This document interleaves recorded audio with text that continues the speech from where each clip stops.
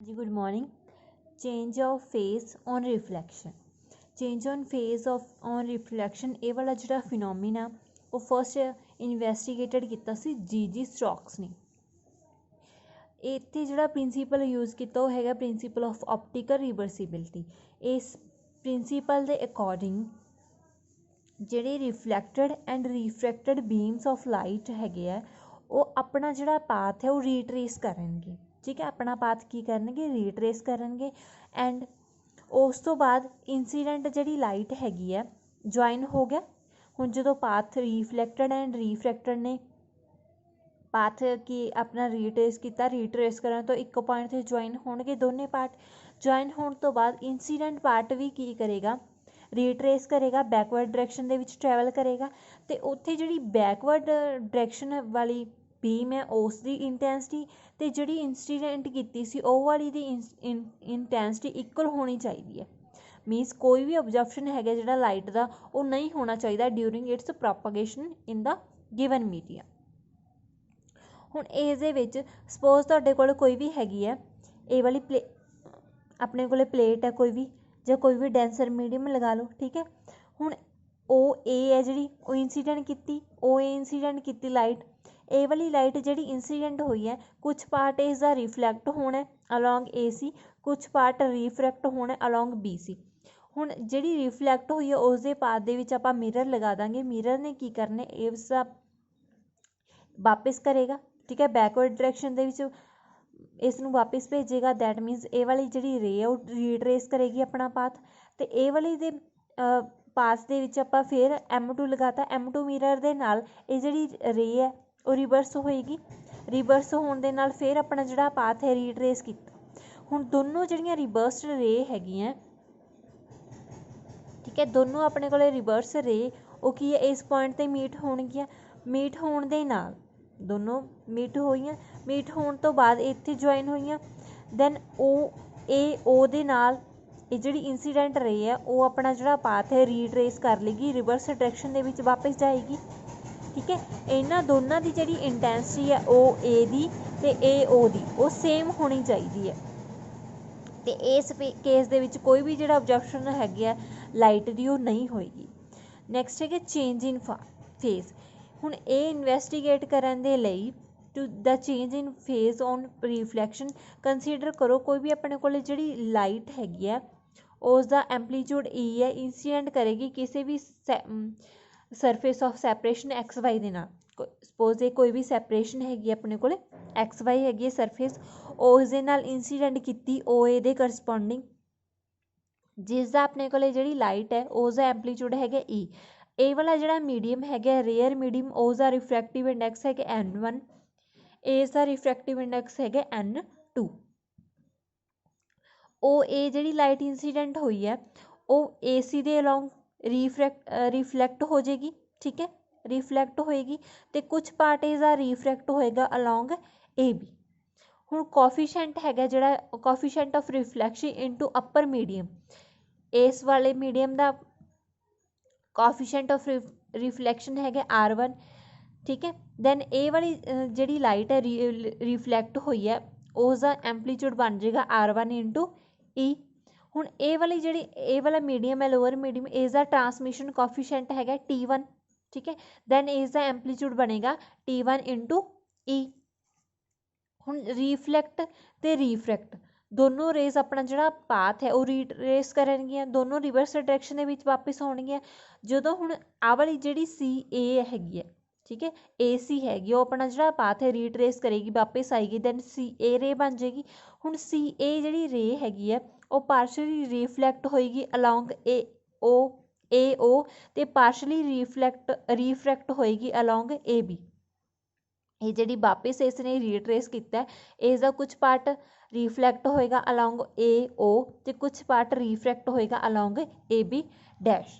ठीक है, हुण जिहड़ा रिफ्रैक्ट रे है उसका एंपलीट्यूड ए वाली जिहड़ी रे हैगी है उसका एंपलीट्यूड की बनेगा T1 E इंटू R2। ठीक है, इसका एंपलीट्यूड बनेगा T1 R1। ठीक है, T1 R1 इंटू ई। हुण जिहड़ी ए वाली लाइट हैगी है ए बी अपने को ਕੀ ਆਪਣਾ ਪਾਥ ਰੀਟਰੇਸ ਕਰੇਗੀ, ਰਿਵਰਸ ਹੋਏਗੀ।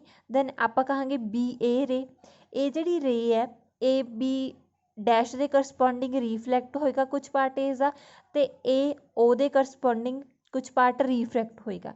ਹੁਣ ਕੋਫੀਸ਼ੀਐਂਟ ਆਫ ਰਿਫਲੈਕਸ਼ਨ ਹੈਗਾ ਜਿਹੜਾ ਲੋਅਰ ਮੀਡੀਅਮ ਦੇ ਵਿੱਚ, ਉਹ R2 ਬਣ ਜਾਏਗਾ, ਅਤੇ ਇਸ ਦਾ ਐਂਪਲੀਟਿਊਡ ਕੀ ਬਣ ਜਾਏਗਾ, T1 E ਇੰਟੂ R2, ठीक है।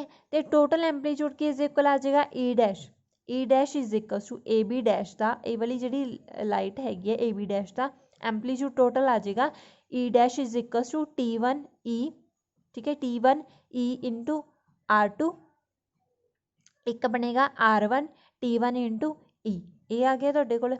हुण कोफिशिएंट ऑफ ऑब्जॉर्प्शन हैगा जिहड़ा लाइट दा 0 है, आप कह रहे कोई भी ऑब्जॉर्प्शन ऑफ लाइट नहीं हो रहा, दैट मीनस उसका कोफिशिएंट हैगा 0 है। तो according to principle of reversibility के अकॉर्डिंग एंपलीट्यूड हैगा जिहड़ा reverse ray along A O दा शुड बी सेम हैगा इंसीडेंट रे दी, ए ओ दा ही इंटेंसिटी हैगी है जां एंपलीट्यूड ओ ए दे बिल्कुल सेम है।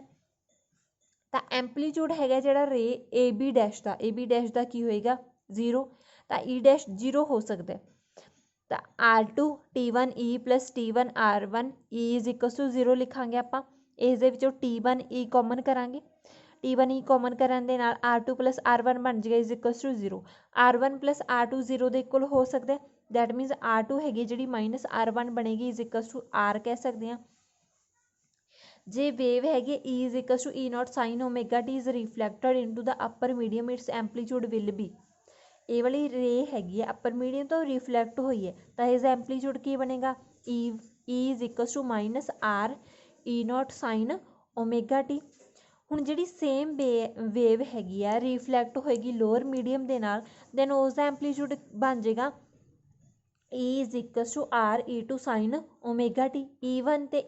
E1 की वैल्यू आ गई अपने को minus R E not sine omega t, उसनूं लिखांगे R E not sine omega t plus 5, तो E2 की वैल्यू आ गई R E not sine omega t, ठीक है।